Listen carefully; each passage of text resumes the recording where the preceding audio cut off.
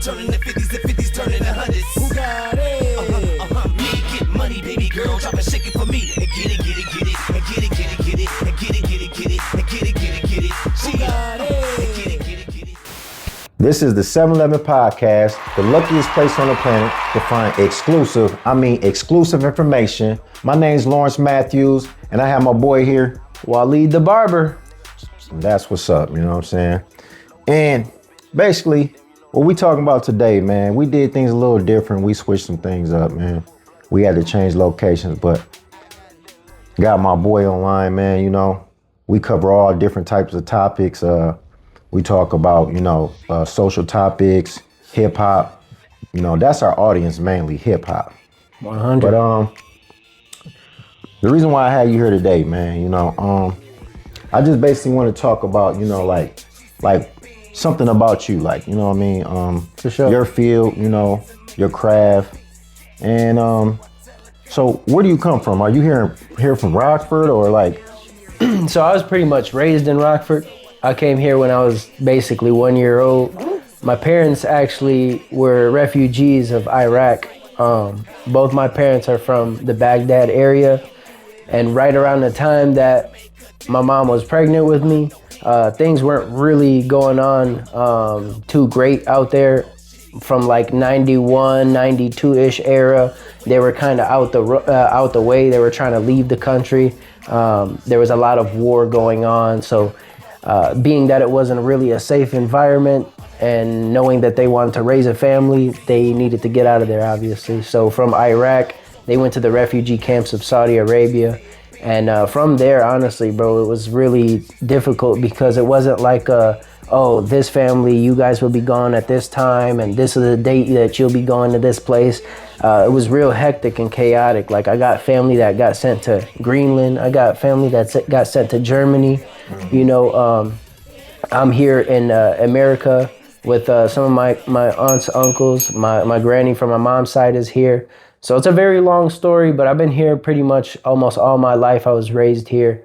But I still carry my tradition, my culture, my blood 100%. I'm proud to be from Iraq. I'm also proud to be here in America, making the opportunities that I can make and basically just trying to capitalize on whatever opportunities that I can here. Man, that's deep, bro. Like, for real, bro. Like, that's a different story. Like, man, like basically covering like these topics that we have going on. Like usually, man, this is a really different interview, seeing it from, just looking at things as far as it's going on in America and just, man, as far as like how we're in Rockford, Illinois, an hour away from Chicago, and his transition, very educated brother. Appreciate that. So how long you been a barber? I've been a barber. I'm now 32, going on 33 next year. Thank God. I've been a barber ever since I started like sophomore year of high school. I was just kind of doing like quick little tapers and linings, nothing like too crispy or too like, in depth, just like simple stuff, for my homies. What really got me into it was my uncle used to cut my hair when I was younger, when my mom wasn't whooping me. So my mom would cut my hair when it get too long, but when my uncle was around and he had time and he had his clippers on him, that was my barber. He got me right. So growing up, I kind of had that same inspiration of like getting people like feeling good about their haircuts and just feeling good about themselves. So it really started when I was in sophomore year of high school. I'd have my homies come to my house after Friday school. Yeah. Because they would leave the gym open for us. So after Friday school, they'd come to my house. I'd get their haircuts, get them right and crispy. And then we'd go back and hoop for a while. And then, we'd probably be hooping for like 3-4 hours. I love playing basketball with the guys. So that's kind of where it stemmed from. And eventually over time, life took me different ways, different courses. I went to school. Initially, I was going for like computer engineering and programming. I got really bored with that because a lot of the classes I had to take initially was already information that I kind of already had. So for me, knowing the learner that I am, I need to be engaged, and the only way to be engaged is to give me new information. So if I'm in a class listening to information that I already know, it's kind of hard for me to stay engaged. So long story short, I went through a different route in my life. I went through nursing and I became a CNA for a few years, did that, and that was cool, but I figured out my route was either going to nursing or really find where my heart was career-wise. And I didn't really feel like nursing was for me. I enjoyed what it was, but I think going into the field that I would have been going into wouldn't have been where my heart was at. So I kind of had to take a step back from school and really try to think of things. And at the time, my lady asked me, she was just like, you know, have you thought about making a career out of barbering? Yeah. And I was just kind of like thinking to myself, you know, I was young. I was just like, I don't think you can really make a career out of barbering, like money like that. But I took that day and I kind of looked into barbers, you know, bigger barbers, celebrity barbers, what they got going on and how they got their plans and, you know, what type of plans they're executing to make their dreams work, you know. So from there, I kind of caught inspiration and I was just like, well, let me just go to school for barbering. And that was about 7 years ago, I would say, that I graduated from barber school, got my license. So here we are today. I'm blessed. I thank God every day that I made the decision that I did, because I'm happy doing what I'm doing. Yeah, man, you got a passion for it. 100%. For sure. So, yeah, man, that's my mom. She used to cut my hair too. She used to, man, I'm telling you. We got the same pains. Yeah, I mean, she did a good job until I look back at my childhood pictures. For sure. Yeah, for sure, man. So what do you have going on like right now? Like that's going on big in your life, like right now? Man, right now, honestly, it's kind of crazy because I would like to say that it's business focused right now, but the biggest thing in my life right now is very family focused. I won't really get into it because it's personal, but right now, like I got a lot of stuff going on with the family. Any other crafts like you got going on? I think I heard you talking about comedy. For sure, yeah. Besides just hair cutting, I do like. I've been wanting to get into some stand-up comedy for sure. I've been, you know, talking Funny to. dude, for real. And I like to just make people laugh and make people feel good about themselves. Whether it's from a haircut or telling a dumb joke, you know what I'm saying? You spend a lot of time around me, so you know how I am. Right. I just like to crack jokes. I like making people feel, you know, laugh and feel comfortable in their position, where they're at in the environment. And you know how it is at this shop. You know, this shop is, anybody that walks in here feels comfortable. They feel like they're part of a family. So it kind of just stems off of that too, you know. So, but at some point I would like to do some stand-up comedy. I'm kind of, you know, writing some stuff down. I got a connect that throws a little open mic. So at some point I will be executing that, and that will be in the plans. But as far as right now, you know, just kind of, I would say, as far as business, the plans are being written down, set, you know. There's more planning done than execution at this point, but hopefully within the next coming years, there'll be more execution. Yeah, man, I can't wait to see that stand up, For man. sure. I know, man, this dude, I'm actually a barber too, man. If anybody didn't know, you know, I cut hair right next door. I mean, right next to him, you know what I mean? Cold. Yeah, so I mean, what would you tell your younger self, you know, the younger barber, you know, far as the experience that you have now, what would you tell the younger you? So this is kind of honestly, out of all the questions that you were going to ask me, this is probably my favorite question, just because this is kind of, for me, the deepest question. I'm gonna take this, I'm gonna approach this two different ways. I'm gonna approach it, the business aspect, the barber of me, what would I tell the barber, and then what would I tell just the regular life me in general. I'll start with the barber realm of things first. If I could go back in time and tell my younger barber self something, 100% is know your value. 100% know your value.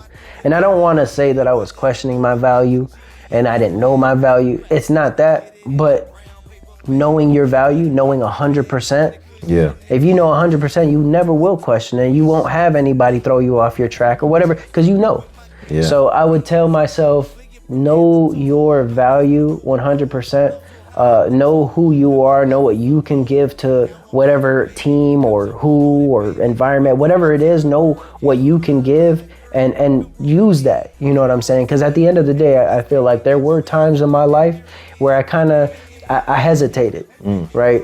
It's kind of like in basketball. You see, I love basketball. I talk about NBA all the time, right? So for me, it's real easy to make the comparison to an athlete or a professional, right? A lot of times where, for an example, when you're watching a basketball game and a shooter gets an open shot, Yeah. and they hesitate before they shoot it. Yeah. What the announcer always say, you shouldn't have hesitated, just take the first shot. Because a lot of times when you hesitate, that second shot you shoot wasn't the shot you were supposed to take, right? Yeah, exactly. So you end up missing it, right? The first shot should have been the shot you take. And I think, like I said, that's like the main message I would tell my barber self is just those shots, be confident, know your value 100%, you know, take them shots first and don't hesitate. So, and I mean, that's a good question to ask you. You know, what would you tell the younger you? Because you were a teacher too. I was, Yeah, yes. yeah. What's the professional name? Barber instructor. Okay. Barber teacher. You know, instructor teacher.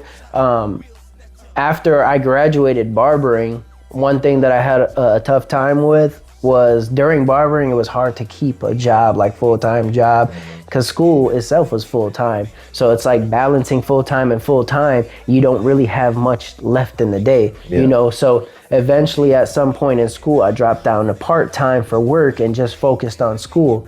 So when it came time to graduate, I had a lot of the teachers coming back to me saying, hey, you know, I think you would be a really good teacher. You've spent a lot of time around students. You're really good at like kind of giving pointers and whatnot. So I kind of took that to heart. And at the same time, I've always liked educating people. As long as you're willing to open your mind and take in somebody else's viewpoint on something, you don't got to take it 100%, but just be open-minded and hearing people.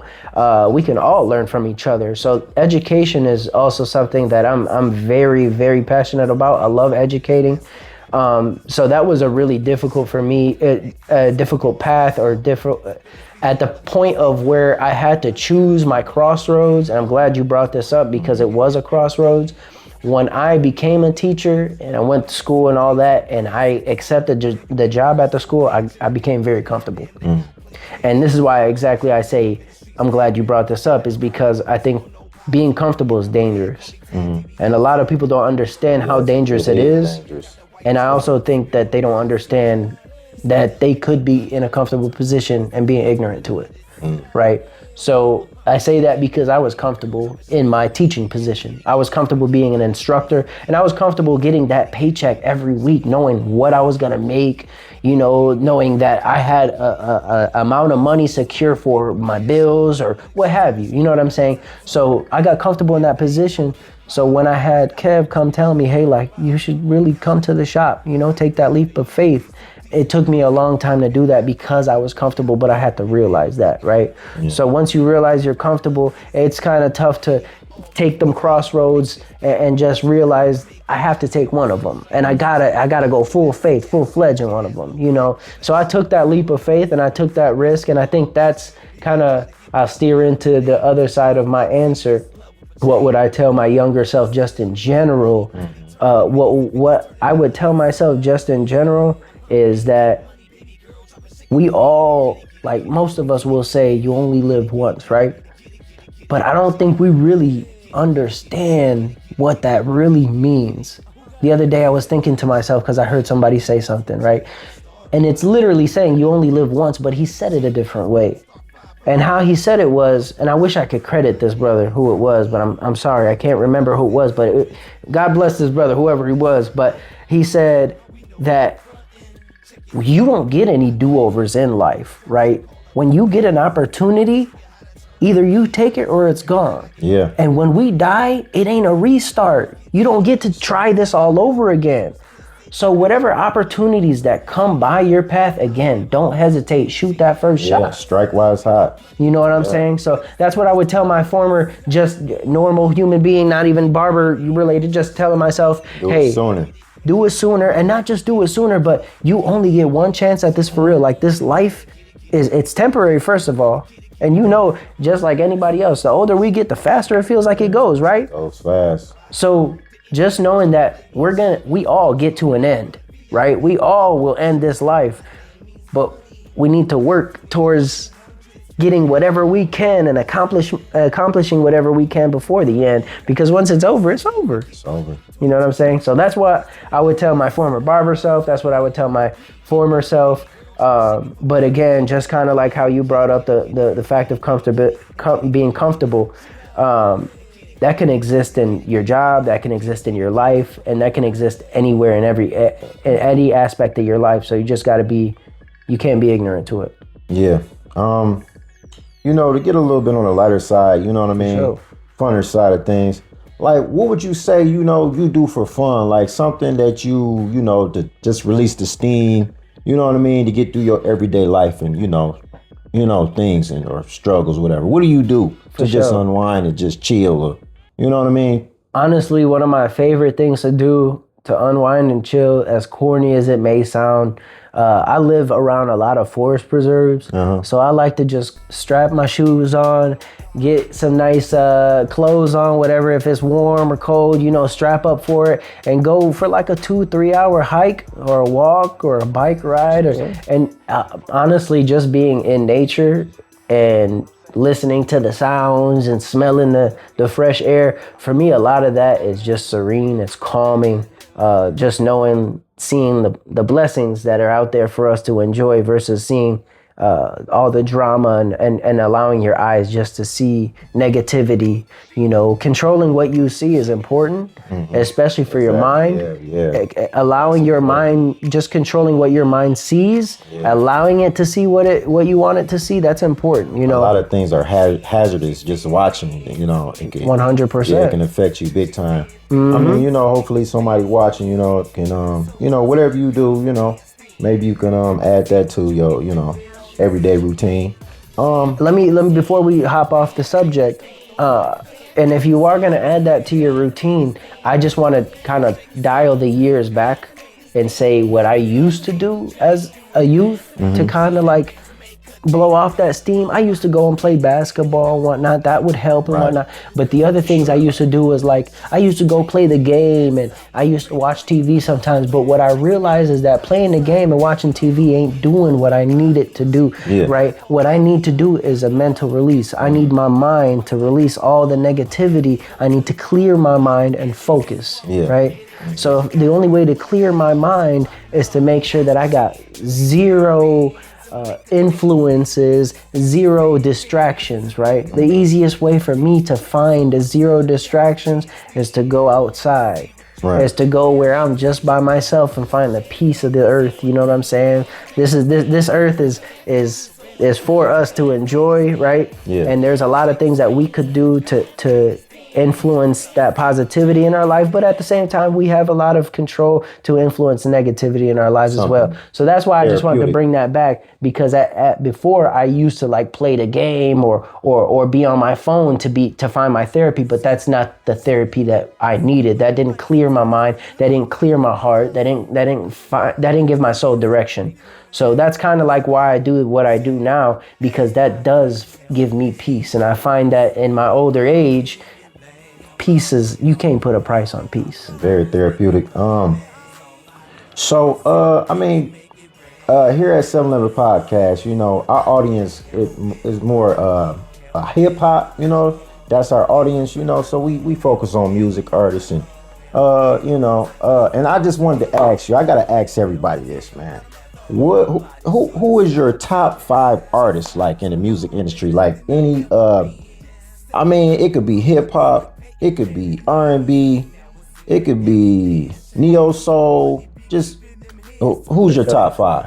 It could be all hip hop. Kind of difficult for me, just because like I'm open to anything besides country, right? But it's such a big list. I'll start with probably the most influential throughout my entire life, and I say that from like I was a kid to now. And I say that also because of the words that he spoke, and the music sounded good too.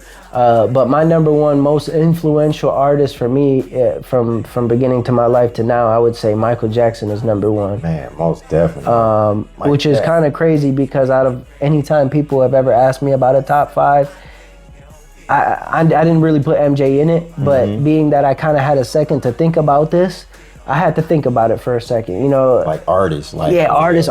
You know, yeah. So Michael Jackson was 100% the most influential artist that I've ever listened to in my time.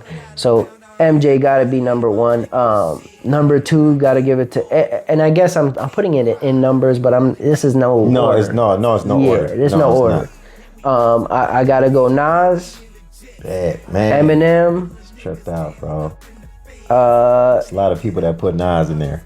Oh yeah, Nas is 100. And again, that just goes back to what I was saying about MJ. The words that you speak, you got a beat to it, so it sounds nice. But remove the beat, you're talking, you're saying something. Right. Whatever's coming out your mouth ain't just garbage. People can listen to that and either learn something from it, hear something from it. You know, a lot of music today is just. It's feeling, it's all hearing. You know, a lot of times you might not even know the lyrics to what they're saying. Yeah. You know, it's just feel good. But then you listen to the lyrics and you like, what the hell is he saying, bro? You're right. I can't believe I've been listening to it this whole time and, you know, didn't realize it was saying some trash. I'd rather listen to something that, you know, tell me something, right? So I got MJ, Nas, Eminem. Yeah, Eminem. Okay. I have to go with Tupac. To me, it's either Tupac or Biggie. And I grew up hearing and listening a lot more Tupac than Biggie, but I got respect for both of them. Both of them are great artists. They spoke a lot. They talked about their lives and the trials and tribulations they went through. So again, speaking on life and life lessons, so you can learn about the things that they were talking about and saying. And last but not least, I kind of got to be a little bit biased with this one. I know he don't show up on a lot of people's top fives, but like I said, I got to be a little biased with this one, and I'm gonna give it to Juice WRLD. Juice WRLD. Juice WRLD. Okay. Young and in the game. I'm not gonna lie, I don't listen to him as much as I used to. He passed away some years ago now. But just the sheer talent on that brother, the way that he could freestyle, I honestly don't know if I've ever seen anyone freestyle the way he has. I mean, 3 hours straight, dang near no stopping. I've seen freestyles where they literally just grab random items, bring it to him while he freestyling. He freestyling about the items that they're bringing him. You know, that's the punch of every line is the item they bring him. So like, it's just the talent, the sheer talent that he had. I gotta check that out. They got that online? Oh like yeah.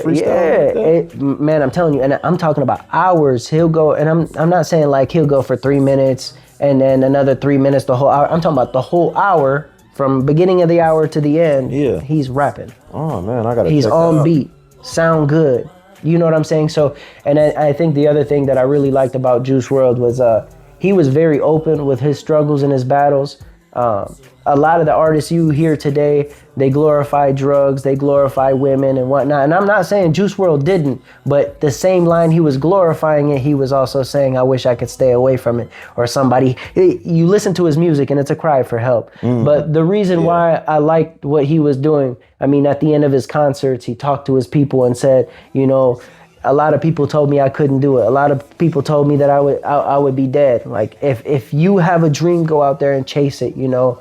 And a lot of his unreleased music is crazy. The mainstream music that people hear, Juice WRLD, the soft stuff, like, that's all cool and it sounds good and whatnot. But a lot of the unreleased stuff, that's what really sounds good. And honestly, another reason why I got to put him on my top 5 is he got on the map in 2 years and was already charting with Drake and Taylor Swift.